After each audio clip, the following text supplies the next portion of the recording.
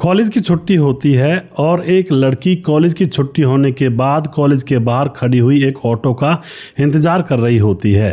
तभी उसको एक ऑटो मिलता है। उस ऑटो के अंदर वह बैठ जाती है और जैसे ही उस ऑटो के अंदर बैठती है तो उस ऑटो के अंदर उसी के मोहल्ले के दो लड़के भी बैठ जाते हैं और फिर रास्ते में वह दोनों लड़के उस लड़की की तरफ गंदी नज़र से देख करके उसके तन बदन पर अपना हाथ घुमाने लगते हैं। और उसके बाद दोस्तों लड़की बहुत परेशान थी, लेकिन अब जब खेत आ जाते हैं यानी कि सुनसान रास्ता जब आ जाता है तो वहाँ पर ऑटो वाले को रुकवाया जाता है और फिर उसके बाद उस ऑटो में से लड़की को उतारा जाता है, खेतों पर बने हुए ट्यूबवेल के कमरे के अंदर ले जाया जाता है और अंदर से कुंडी बंद कर दी जाती है। ठीक दोपहरी का समय था, पूरे जंगल में कोई दूर दूर तक नहीं था और उस जंगल में बने हुए ट्यूबवेल के कोठरे के अंदर जो यह कुकृत्य होता है, आप सुनोगे तो आप भी अचंभे में पड़ जाओगे। दोस्तों इस वीडियो के अंदर बहुत कुछ ऐसा घटित होता है जिसको हमें समझना चाहिए कि जीवन के अंदर ये गलती नहीं होनी चाहिए। तो वीडियो को पूरा देखिएगा, आखिर क्या हुआ था, क्या मामला था, पूरी सच्चाई यहाँ पर बताने वाला हूँ। नमस्कार, मैं हूँ सुदेश कुमार और तिरछी बात चैनल में आपका स्वागत है। यह घटना घटित होती है तमिलनाडु के अंदर, जहाँ पर सुरेश कुमार नाम का एक ऑटो चलाने वाला रहा करता है। पेशा उसका ऑटो चलाना है और वह महीने के 20 से 25 हज़ार रुपये कमा लिया करता है और इसी से अपने परिवार का भरण पोषण कर रहा होता है। परिवार में उसकी पत्नी चंपा है और उसकी छोटी बहन है आरती, जो कि कॉलेज में पढ़ा करती है और इनका एक छोटा सा बच्चा है 2 साल का। तो यह पूरा परिवार है और 20-25 हज़ार रुपये में इनके परिवार का गुजर बसर अच्छे से हो जाता था। ज़्यादा खर्चे नहीं थे, नॉर्मल ज़िंदगी जिया करते थे, तो खर्चे आराम से निकल जाते हैं। अब सुबह सुबह जो सुरेश होता अपनी बहन को ऑटो में बिठाता और उसको कॉलेज छोड़कर जाया करता था और उसके बाद पूरे दिन भर ऑटो चलाया करता था। उसके बाद शाम को अपनी बहन को वहाँ से ऑटो में बिठा करके घर ले आया करता था। इस तरह का रूटीन इन दोनों बहन भाइयों का था। अब आ जाता है 15 अगस्त। 15 अगस्त को जो बहन होती है आरती, वो बोलती है कि भैया आज हमारे स्कूल कॉलेज के अंदर 15 अगस्त का जो उत्सव होता है वो है और आज मेरी छुट्टी का टाइम का मुझे पता नहीं है। जब मैं आपके पास फ़ोन करूं तो आप आ जाना मुझे लेने। भाई सुरेश कहता है ठीक है बहन, तू जा आराम से, कोई दिक्कत नहीं है। सुबह तो भाई स्कूल कॉलेज के अंदर छोड़ देता है। अब जैसे ही उनके स्कूल, यार बार बार स्कूल कह रहा हूँ, जैसे ही उनके कॉलेज के अंदर जो उत्सव होता है वह समाप्त होता है दिन के 3 बजे और 3 बजे वह लड़की आरती अपने भाई सुरेश के पास फ़ोन करती है, कहती है भैया मुझे ले जाओ, छुट्टी हो गई है। लेकिन आज सुरेश दूर फंसा हुआ था। सुरेश कहता है कि आरती मैं तो बहुत ज़्यादा दूर फंसा हूँ बहन, और तू ऐसा कर कोई और ऑटो कर ले और उससे घर पहुँच जा। तो अब आरती ऑटो देखने लगती है, तभी उसको एक ऑटो मिल जाता है और उस ऑटो में वह बैठ जाती है, क्योंकि उस ऑटो में मोहल्ले के 2 लड़के भी बैठे हुए थे। तो आरती ने तो विश्वास किया था कि भाई मोहल्ले के लड़के हैं, ठीक है सुरक्षा होगी। लेकिन दोस्तों आरती को नहीं पता था कि आज के दौर में, कलयुग के कलिकाल में, जिनको हम सुरक्षा मानते हैं वही हमारे कहते हैं ना रक्षक ही भक्षक बन जाया करते हैं। कलयुग का समय चला हुआ है। और उसके बाद ये तीनों ऑटो में बैठ करके गाँव की तरफ निकल जाते हैं और पड़ोस के दोनों लड़कों की नीयत खराब हो जाती है। जैसे गांव का जंगल आता है, यानी कि गांव से 3-4 किलोमीटर पहले ही गांव वालों के जहां तक खेत थे, वहां पर एकदम से ऑटो को ये दोनों रुकवाने की प्लानिंग कर चुके थे और ऑटो में उससे पहले लड़की के पाँव में या फिर लड़की की कमर में ये हाथ डालने लगते हैं। लड़की विरोध भी करती है, लेकिन ये जोर से उसके कह देते हैं कि चुपचाप बैठी रहे। ऑटो वाला भी कहता भैया ये क्या कर रहे हो तुम लड़की के साथ। तो ऑटो वालों को चाकू के नोक पर उसको कहते हैं कि तू चलता रहे आगे। और उसके बाद ऑटो को खेतों के पास रुकवाया जाता है और चाकू की नोक पर ऑटो वाले से जैसे रुकवाया जाता है ऑटो, तो लड़की को उतार लिया जाता है और ऑटो वाले से कहा जाता है कि चला जाए यहाँ से, हमें दिखना नहीं चाहिए, अगर तू दिख गया तो ये चाकू तेरे पेट में होगा। अब तो ऑटो वाला गरीब आदमी डर गया उसके बाद। और उसके बाद क्या होता है दोस्तों, अब इस महिला को, इस लड़की को जिसका नाम होता है आरती, इसको ले जाते हैं खेतों पर बने हुए ट्यूबवेल के कमरे में और वहाँ वह खुला हुआ पड़ा था, उसके अंदर एक चारपाई भी थी।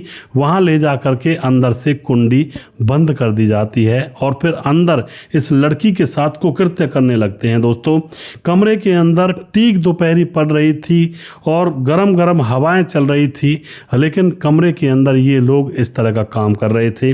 लड़की खूब चिल्ला रही थी, लेकिन वहाँ पर कोई सुनने वाला नहीं था और ये लोग उसके साथ गंदा काम करने लगते हैं। तभी क्या होता है, खेत का मालिक बाइक लेकर के अपने खेतों को देखने के लिए वहाँ पर पहुँचता है। जैसे वह खेतों पर रुकता है तो उसको अपने कमरे में से, यानी कि उसके खेतों पर बना हुआ ट्यूबवेल का जो कमरा था वह बंद नज़र आता है। सोचता है कि यह किसने बंद कर दिया, क्योंकि वह दोपहरी में अपनी फसल की रखवाली के लिए वहीं पर आकर के सो जाया करता था। उस कमरे के अंदर चारपाई डाली हुई थी, वहीं पर ट्यूबवेल था। जब गर्मी लगती तो ट्यूबवेल चलाकर नहा लिया करता और उसके बाद उसमें पंखा चला करके चारपाई पर सो जाया करता था और वहीं पर फसल की देखरेख किया करता था। लेकिन आज तो उसका कमरा बंद था और कमरे में से लड़की के चीखने की आवाज़ आ रही थी। तो खेत का जो मालिक होता है कृष्ण कुमार, दरवाजे को खटखटाने लगता है कि कौन है अंदर, और फिर उन लोगों को मजबूरी में दरवाज़ा खोलना पड़ता है। और जैसे ही दरवाज़ा खुलता है तो 2 लड़के थे और 1 लड़की थी और वो तीनों लोग गांव के थे। कृष्ण कुमार समझ जाता है मामला गड़बड़ है, लेकिन जो लड़की होती है आरती एकदम से लिपट जाती है कृष्ण कुमार को कि चाचा मुझे बचा लो, चाचा मुझे बचा लो, इन्होंने मुझे इस तरह से यहाँ पर बंधक बना रखा है। अब तो जो कृष्ण पाल होता है वह समझ जाता है और उसके बाद उन लड़कों की तरफ जैसे भागता है तो लड़के वहाँ से दौड़ करके गांव की तरफ चले जाते हैं। और जो कृष्ण कुमार होता है उस लड़की के ऊपर कपड़ा वगैरह ढक करके उसको गांव ला करके उसके घर पर छोड़ता है। और उसके बाद कहता है कि अपने भैया से कहना और मैं भी मिलूंगा तुम्हारे भैया से, इन लोगों के खिलाफ FIR दर्ज करवानी होगी, ये गाँव के ही हैं। उसके बाद दोस्तों लड़की घर पहुँच जाती है। घर जा करके अपनी भाभी से, चंपा से लिपट लिपट कर रो रो करके सारी बात बताती है कि गाँव के पड़ोस के ही ये दोनों लड़के विवेक और कार्तिक, इन्होंने मेरे साथ रास्ते में इतनी गंदी हरकत की है। अब तो यहाँ पर जो चंपा होती है वह भी परेशान हैरान कि इस तरह से कैसे हो गया। उसके बाद सुरेश को फ़ोन किया जाता है। सुरेश को 1 घंटे टाइम लगता है और 1 घंटे के अंदर अंदर वह घर पर आ जाता है। घर पर आता है तो उसको पूरी कहानी बताई जाती है। अब जो यह सुरेश होता है इसका मतलब कहते हैं ना, आंखों में खून उतर आता है और फिर यह विवेक और कार्तिक से बदला लेना चाहता है। तो उसके बाद जो भाई होता है तलवार लेकर के उनको उन दोनों को इधर उधर ढूंढता है, लेकिन कहीं भी नहीं मिलते हैं।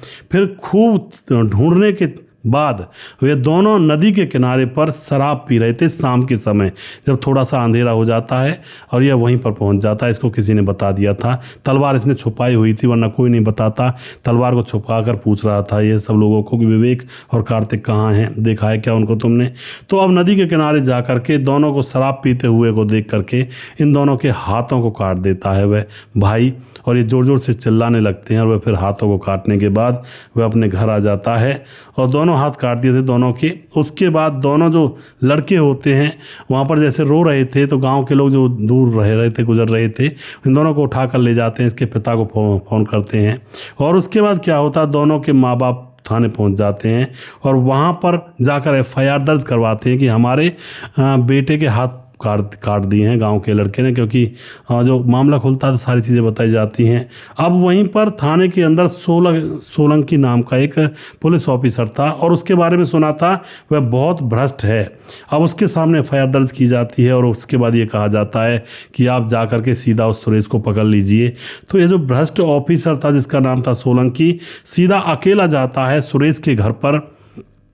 वहाँ जाने के बाद जो सुरेश होता है वह बैठा हुआ है, उसकी बहन है, उसकी पत्नी चंपा है, और सुरेश को वह उठा ले जाता है। और सुरेश को जैसे वह ले जाता है तो पीछे पीछे जो आरती है और चंपा वो भी चले जाते हैं पुलिस थाने में। वहाँ जाकर गुहार लगाने लगते हैं कि हमारे भैया को छोड़ दो, इन्होंने मजबूरी में ऐसा किया वरना हमारे भैया ऐसे नहीं हैं।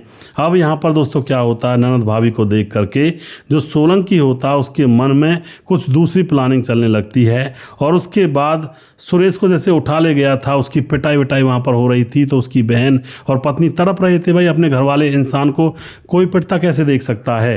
तो अब यहाँ पर जो पुलिस वाला होता है वह कहता है कि देखो, जैसे उससे कह रही थी आरती और चंपा की साहब जी छोड़ दो हमारे पति को, और जो बहन है वो कह रही थी छोड़ दो हमारे भाई को, उन्होंने ऐसे नहीं किया, उन्होंने मेरे साथ दरिंदगी की थी इसलिए उन लोगों के हाथ काट दिए, और एक भाई करेगा भी क्या। अब तो यहाँ पर क्या होता, राजेश सोलंकी बोला कि ठीक है छोड़ दूंगा तुम्हारे भाई को, लेकिन बदले में तुम्हें कीमत चुकानी होगी। और उसके बाद दोस्तों यहाँ पर आरती की तरफ इशारा करता है कि मुझे तुम्हारे साथ समय गुजारना है, अगर तुम तैयार हो सको तो मैं तुम्हारे भाई को भी छोड़ दूंगा।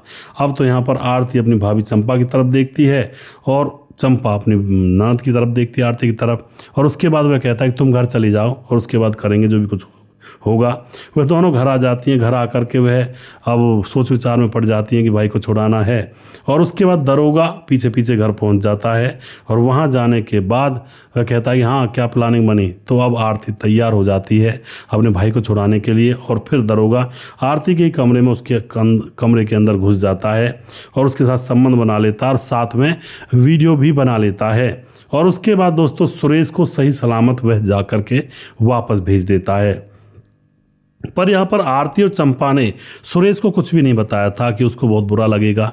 वह चुपचाप थी, कोई दिक्कत नहीं थी। 2 दिन गुजर जाते हैं। 2 दिन गुजरने के बाद जो राजेश सोलंकी पुलिस वाला होता है वह फिर से घर पर पहुंचता है और वहां जाकर के अब सुरेश भी बैठा हुआ था और उसकी पत्नी भी थी और उसकी जो बहन थी वो भी जाकर के सुरेश को वीडियो दिखाता है कि देख तेरी बहन के साथ मैंने ऐसा कुकृत्य किया था और तभी तुझे छोड़ा था, कीमत चुकाई थी तेरी बहन ने और मैं अब भी इसके साथ ऐसा ही करना चाहता हूँ और मुझे संबंध बनाने हैं और अगर तुम नहीं करने दोगे तो यह वीडियो मैं वायरल कर दूंगा। भाई को शर्म आ जाती है कहीं बहन की इज्जत ना लुट जाए, बदनाम ना हो जाए। और फिर दोस्तों ये मजबूर करके इन लोगों को इनके घर में जाकर के फिर से संबंध बनाता है और 20 दिन तक यही चलता रहता है। भाई अपनी बहन की इज्जत को लुटता हुआ देखता रहता है। अब आ जाती है 8 सितंबर की तारीख। 8 सितंबर 2025 को अब जो दरोगा होता है वह पुलिस वाला शराब पी करके इनके घर में घुसता है और आकर के अब यहाँ पर कहने लगता है, जो चंपा थी और उसकी ननद थी आरती, इन दोनों से कहने लगता है कि आज तुम दोनों मेरे कमरे में चलोगी मेरे साथ। अब तो यहाँ पर दोस्तों ये बहुत ज़्यादा परेशान हैरान कि इस तरह से ज़िंदगी कैसे कटेगी। और उसके बाद इस पुलिस वाले को तीनों ने मिलकर बांध लिया पेड़ से और इसकी पिटाई की अच्छी तरह से। और पिटाई करने के बाद गुप्तांग इसका काटा था पहले और उसके बाद इसकी गर्दन काट दी होती है। और उसके बाद पूरा परिवार पुलिस थाने में पहुंच जाता है और सब कुछ राज पुलिस वालों के सामने उगल देता है कि आपका जो अफसर है हमारे घर पर आता था और ज़बरदस्ती संबंध बनाता था, हमसे नहीं रोका गया और फिर हमने सोचा कि इसका खात्मा करना ही होगा वरना हमारी ज़िंदगी में ग्रहण के समान यह लग चुका है।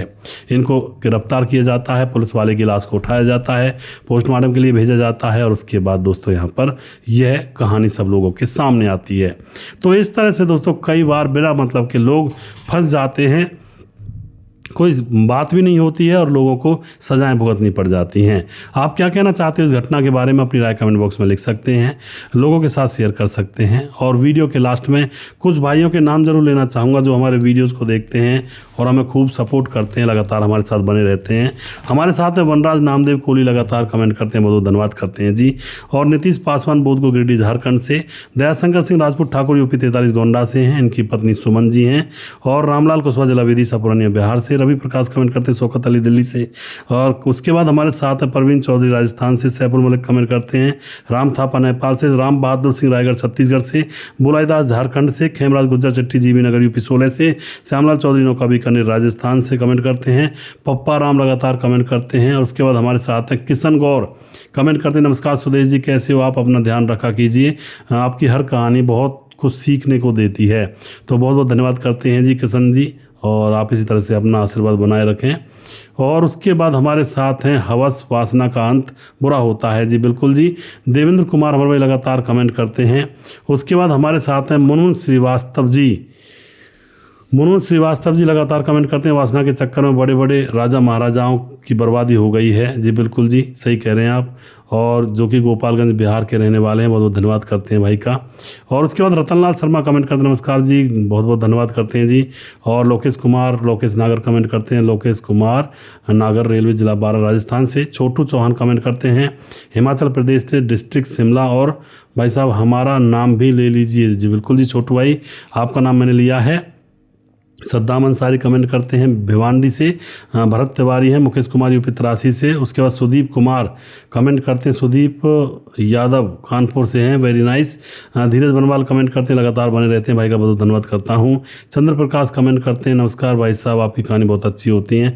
सरफराज हुसैन कमेंट करते हैं, इतने दिनों से कहाँ थे जी। सरफराज हुसैन हमारे दूसरे पेज के फॉलोवर हैं जो आज से 4 साल पहले तिरछी बात के नाम से हमने चलाया था, उस पर 1,05,000 के के आसपास फॉलोवर हैं, तो उसको देखते थे और आज इनको हमारा ये दूसरा जो तिरछी बात भारत पेज है ये मिला है, तो इसलिए कह रहे हैं इतने दिनों से कहाँ थे।